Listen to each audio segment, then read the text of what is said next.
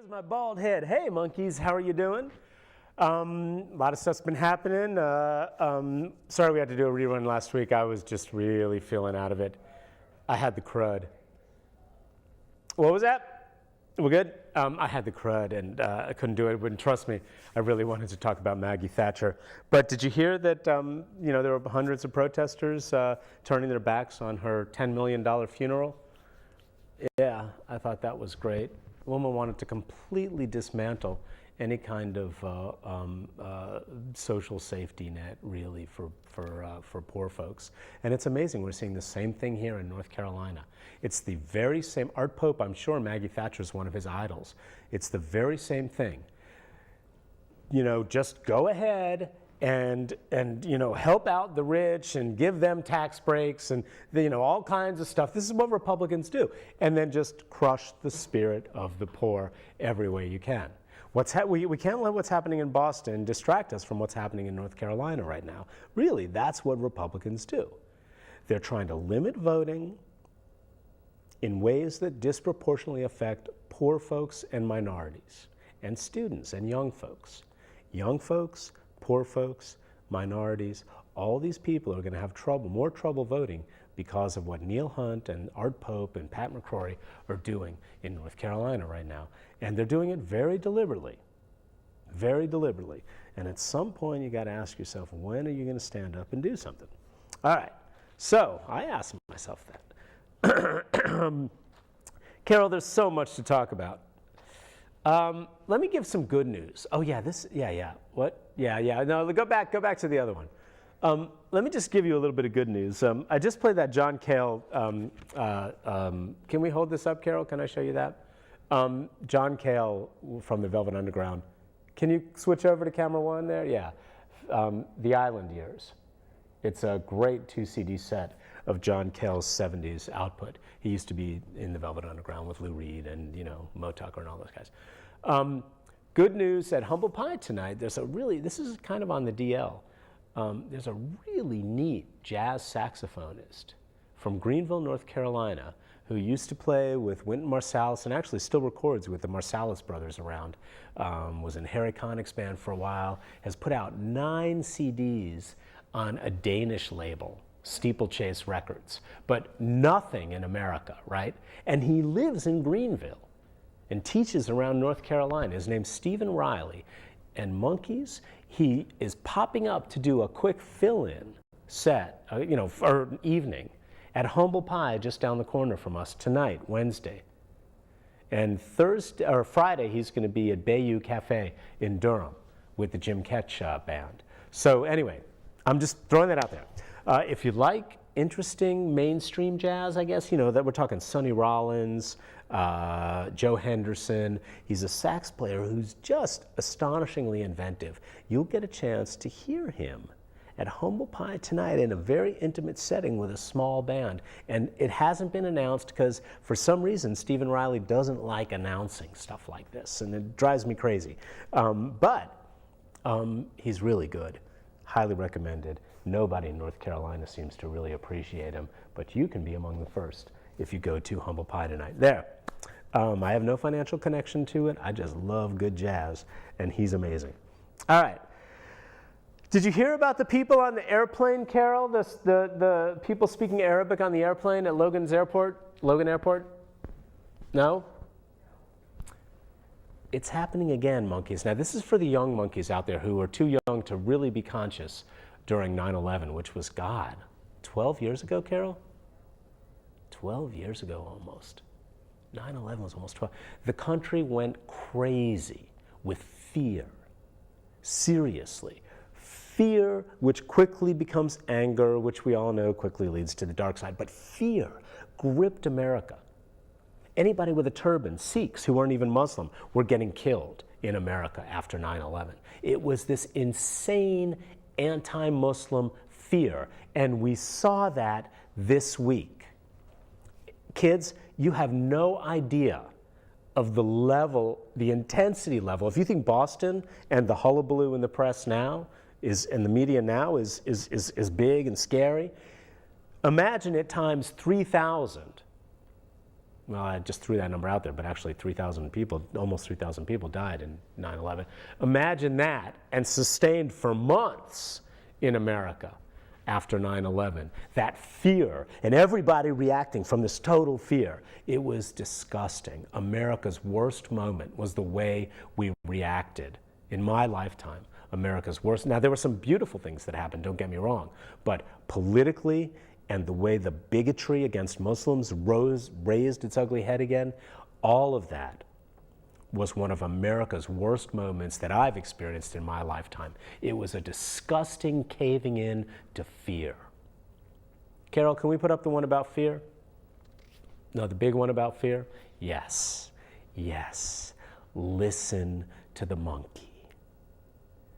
The one thing you cannot do is react with fear to this. If you're feeling it, fine. Our feelings are feelings, right, Carol? Feelings just are, but get over it. Breathe, let go of it. You can't react with fear. You can't make policy out of fear. And damn it, the press loves you to be afraid. You watch more when you're afraid.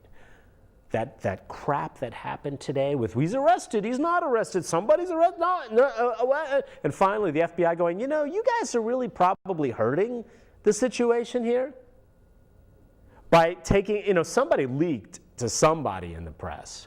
CNN and AP were the big ones that first, that there was an arrest. And then, you know, at some point you just kind of have to go, well, what's the point to taking these leaks? You just want to be first. They want to make money, blah, blah, blah. Well, what difference does it make who's first? You're all going to get the same information within minutes of each other. And then we find out that the FBI is actually like, no, let's not talk about arrest right now.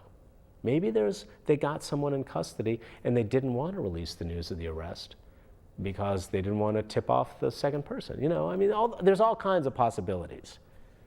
It was a disgusting performance all around from the press today. Most of them, not all of them. Most of them, CNN and AP in particular. But here's the thing, they want you to be afraid. They want you to be breathless. Don't let it happen.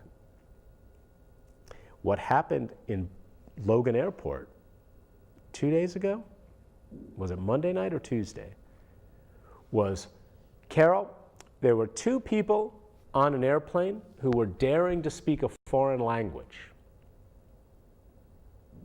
This is what happened after 9/11, the same kind of thing. 2 people daring to speak a foreign language. We just have initial reports of this, but right now it's been, the Boston Globe confirmed with United, I think it was United Airlines, that they removed 2 people from a plane who had tickets, who'd gone through the security screening because they were speaking Arabic. Some people were uncomfortable on the plane.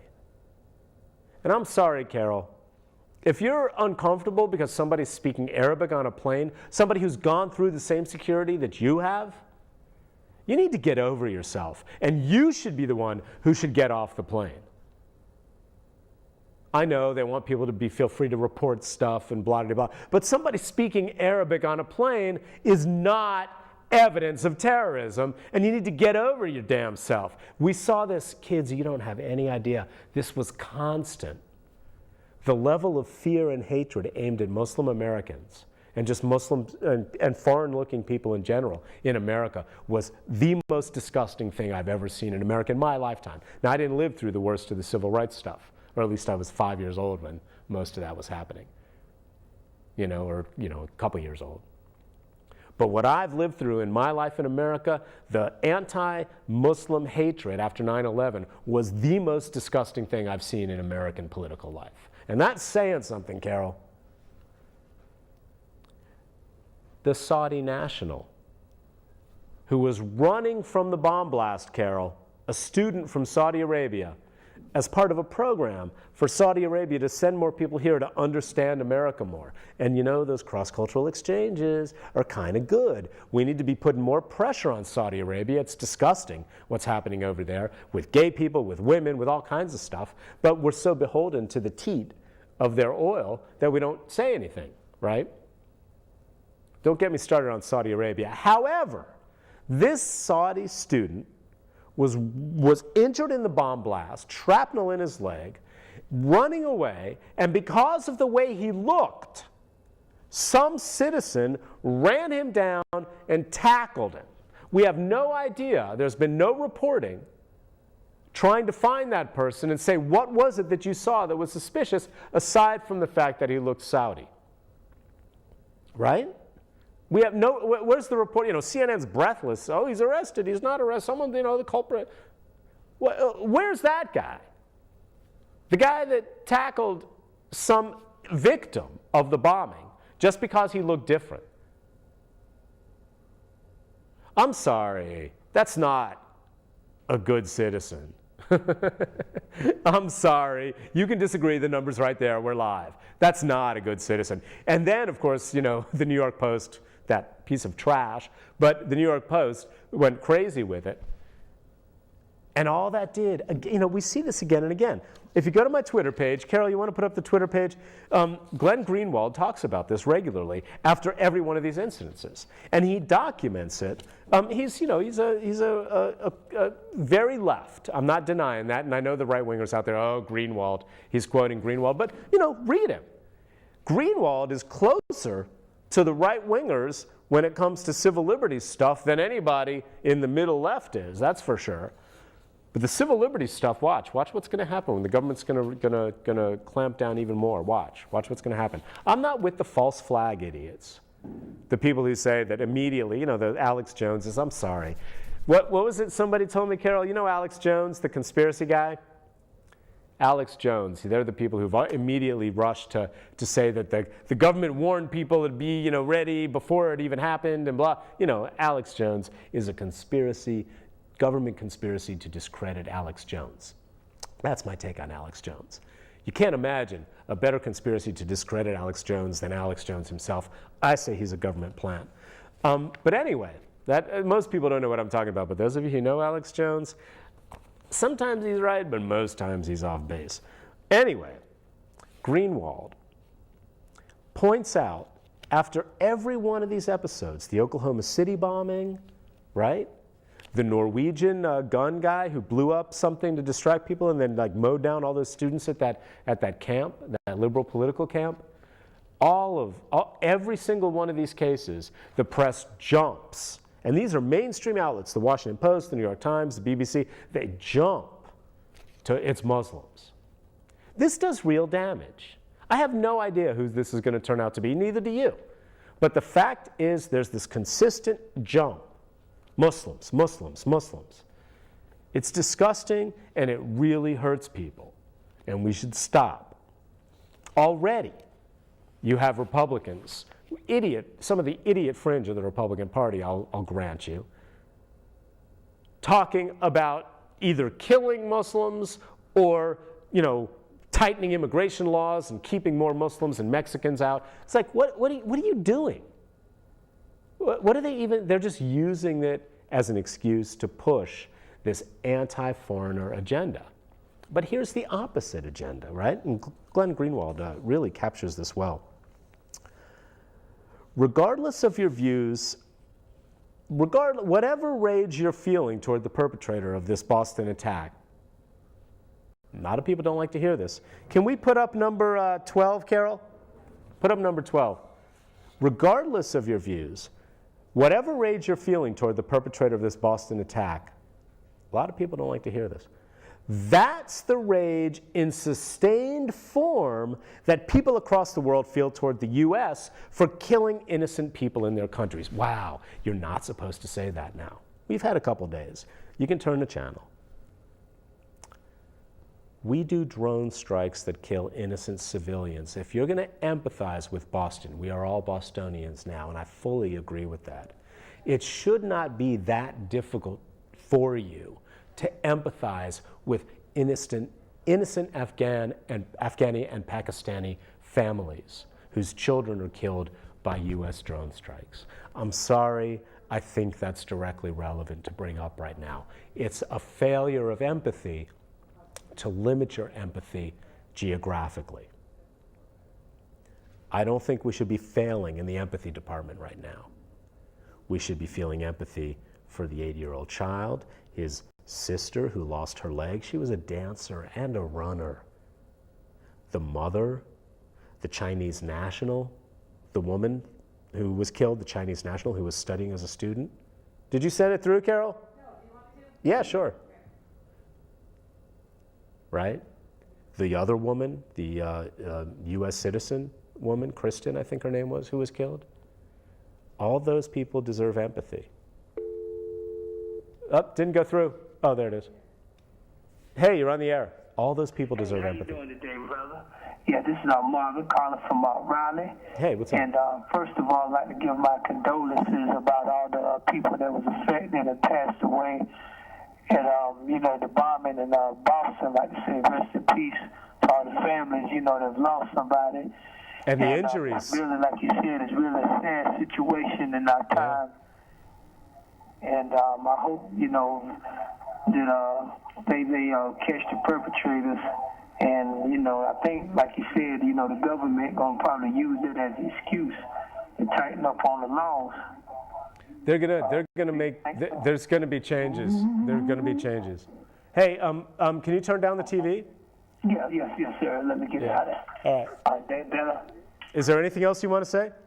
And I think I hope things work out, and I hope they don't buy too many barbecue chickens back there.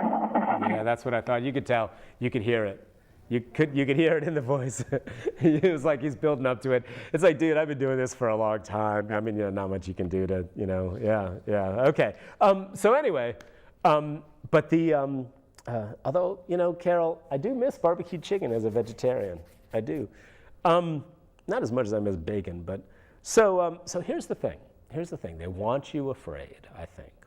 They want you to just empathize with a few people and not everybody. The whole notion of two bombs, right? One and then another one a little bit later, right? The little 8-year-old boy, apparently, one report I read, Carol, he was killed as his family was running from the first bombing. And he got killed by the second bomb. Greenwald points it out again. This is something that a lot of people don't want to hear. But are you ready? Are you ready?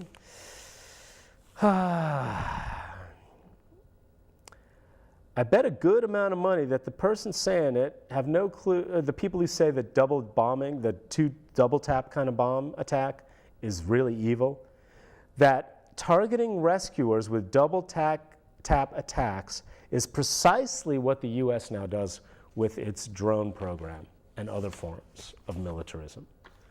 It's on the record. We do it. We send a drone strike in, we wait for people to come in, and the U.S. government sends another drone strike in. It's on the record, that's our policy. We've done it many, many times.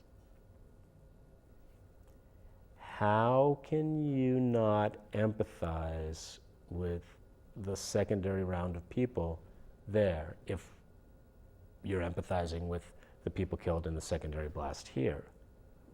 Nobody likes to talk about this. You're not supposed to talk about it. But it's a failure of basic empathy. We should not be doing that. The United States drone strike should not be doing that. All right. The next thing is Tom Brokaw. I don't know if you go to my Twitter page, I linked to this, this direct video. But Brian Williams on NBC's Monday Night brought out Tom Brokaw, who's an old, news anchor. He looks pretty old, and he's gravitas. Tom Brokaw. They trot out Tom Brokaw. This is what Tom Brokaw says. Everyone has to understand tonight that beginning tomorrow morning early, there are going to be much tougher security considerations all across the country, and however exhausted we may be by that, we're going to have to learn to live with them and go forward. You'll remember last summer how unhappy we were with the security at the Democratic and Republican conventions. Now I don't think we can raise those complaints after what happened in Boston. That's just completely laying down. It's completely surrendering to fear. It's completely giving up the notion that there are dangers to an open society. And just completely, it's completely flying in the face of what Ben Franklin said. Those who are willing to give up liberty to secure, or give up freedom to secure security or liberty to secure security deserve neither. It's easy to say, I know, but the fact is that every time one of these things happen, we lose more and more and more civil liberties. Greenwald points out that, people were surprised to learn that the FBI doesn't have to Mirandize terror suspects. That happened after the underwear bomber. The Obama administration just got rid of that requirement. Look at what is happening at Guantanamo. There are people who have been cleared who are still there because we won't release them. People who are not guilty of anything. Most of them never had a trial. Very few of them have had trials. But there are people who have been cleared. They should be free to go. They are still there after years and years. And don't say they're terrorists, because they're not. These are people who the system said, well, they're probably not terrorists. We have no evidence that they've done anything terroristic. They should go. The system said that. Judges said that. And they're still there. Now they're on hunger strike. And now they're getting beat down. They're trying to protest as best they can. You heard this last week, right? What is the United States doing? What are we doing? This is not the country that we were. We do not indefinitely detain people, and then even people who've been cleared but we're scared to let them go. We just don't do that. That's the government that we're getting with each of these attacks if we don't push back and say we've got to fight. CISPA is passing again. This cybersecurity thing that just has no privacy protections at all. It's going to basically be an excuse for everything online to be absorbed by a military branch of the government, and they can use it for whatever they like with no privacy protections. When did we sign on to that? We just have 3 minutes. You want to talk about the voting stuff real quick? Yeah, let's talk. We'll see. Let's talk about the voting stuff. But you gotta watch what's happening here, monkeys. You gotta look at what's happening. You don't have to go with the false flag idiots, right? You think, the government knew this was going to happen and planned the Boston massacre or the Boston bombings. You don't have to go that far. No. But you don't have to just accept, like Tom Brokaw says, you should accept everything that the government all the restrictions that the government adds and takes away from you, all the freedoms the government is taking away in the name of security. Watch, it's going to keep going. All right, here in North Carolina, the Republicans are trying to do something slightly different, but also taking away some of your civil liberties. They're trying to limit the right to vote. Here in North Carolina, there's no reason to do this. The main thing that they're doing that bugs me is the early voting. Why get rid of early voting? It works. Why get rid of same-day registration? It works. Well, because it helps people who vote Democrat disproportionately. They just don't want a lot of people voting. That makes it less easy to control the number of people voting. But the main thing, Carol, can we put up the one about the number 5? I think it's the 5 or 6. Yeah, this one, where they're trying, we talked about this a couple weeks ago, where they're trying to end the tax deduction that parents can use, even if their children are financially dependent, if the children vote where they go to school. What problem was that solving? What problem does Pat McCrory and Art Pope and Neil Hunt and all the rest of those jerks up there in the legislature, what problem is this solving? Well, the problem is students getting an easy chance to vote. There's no danger here. They don't even have a justification like voter ID, but they're going to try to eliminate the tax deduction that parents use for their financially dependent children if those children have the temerity to vote where they go to school. So, all we can do is protest. If you don't protest, you're doing nothing. Carol, there it is. There's the phone number. If enough of you call, we can maybe get them to slow down or at least remove the worst examples of this. It's going to take decades to undo the damage the Republican Party is doing in North Carolina. decades. We can try to slow it down here. People are going to look back at us and say, what did you do? All right. All right. Don't forget Stephen Riley at Humble Pie tonight. It should be a good show. And the idea, don't even get me started about anti-Muslim bias on the back of this stuff. Fight it. Fight anytime you see somebody talking about Muslims in America in a negative way. Fight it. Fight them. Take care of each other.